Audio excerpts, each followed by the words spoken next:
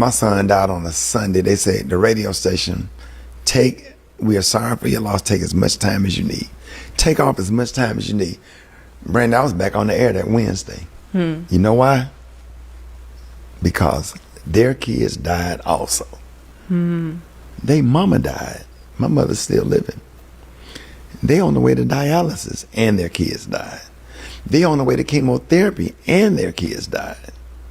You understand? It's bigger than you. It's bigger than me. People wake up every morning and listen to the Rickey Smiley morning show or the Steve Harvey morning show, looking for inspiration because of what they're going through. Okay, my son died. My son was 32. But I get to the funeral home. It's some people in here who got a 17-year-old back there in the morgue. Right? That's going through that. Imagine if my son was 17. Yeah. God gave me an extra 15 years, and that's how I look at it. Thank you, God. I was able to live to see my son be old enough to be 30 years old, 32, almost 33. God gave me that. Yeah. So it's not about me. I had to get back on the radio. I did the morning show that Thursday morning. I got my son clothes together, and I'm headed down to the funeral home. Did the morning show, got his stuff. Socks, underwear, t-shirt, suit. But on the way to the funeral home, I stopped by the Salvation Army to feed the homeless. Yeah, because I wanted to show God that even in the worst time of my life, I still got time to serve. I wanted to see some homeless people that's coming by just to get a meal. Because mind you, I ate that morning. Mind you, God didn't take my sleep and he didn't take my appetite. I got out there and ate breakfast. I sat down and ate a full meal. God let me have an appetite. I'm finna go and serve these homeless people. These hot dog. It was hot dogs, sauerkraut, and some chips and some cake. And I wanted to look in the eyes of people that also going through something and serve them. Yeah. With my son clothes in the car. Right? Left there, Salvation Army, and went to the funeral home and took the clothes in there and got into some more details and did a lot of that stuff where my son's mom wouldn't have to do it. She don't know nothing about burying nobody, nothing like that. I wanted to try to shield them from a lot of that. It's a lot of stuff I seen, Brandy, that I can't unsee what I saw. You understand? My granddaddy was standing right there in the morgue when they rolled my dad's body in. And I made sure I was standing right there when they rolled my son in. I saw it all. I took that shit like a G. I took it like a man. And I just went through that. It was something that I had to deal with. And I know there's other people out there that been through worse and seen worse. Yeah. And I had to serve. I had to lead. I had to make sure they had a uplifting standing ovation as my son's mom was so brilliant with that idea.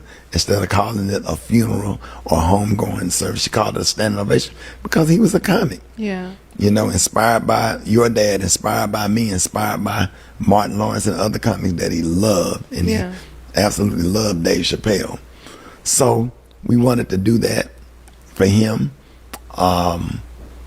Leandria came through, Darlene McCoy came through, Leandria Johnson. Yeah.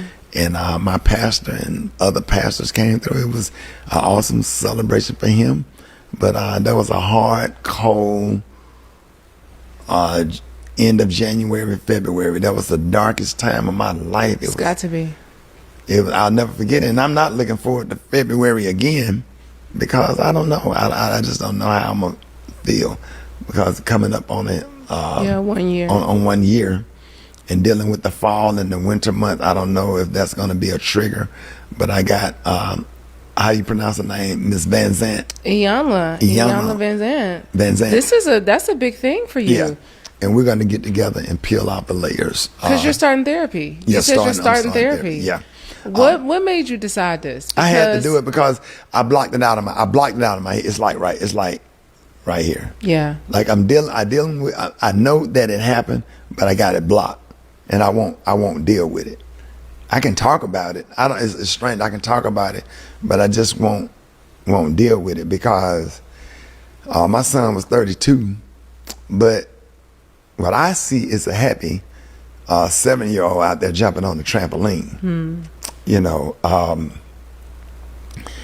the happy 7-year-old is in there making with his little Eggo waffles and syrup in the morning, and picking them up from Atlanta on the weekends, and you know, watching him go to school when he started going to school in Birmingham, and just having him there at the house and just being with him. I'm thankful to God that I was able to have the opportunity to live under the same roof with him, and not just for a weekend visitation. I was able to have him live. He spent half his childhood with his mom and other half of his childhood with me. Yeah. And it was just a blessing. So I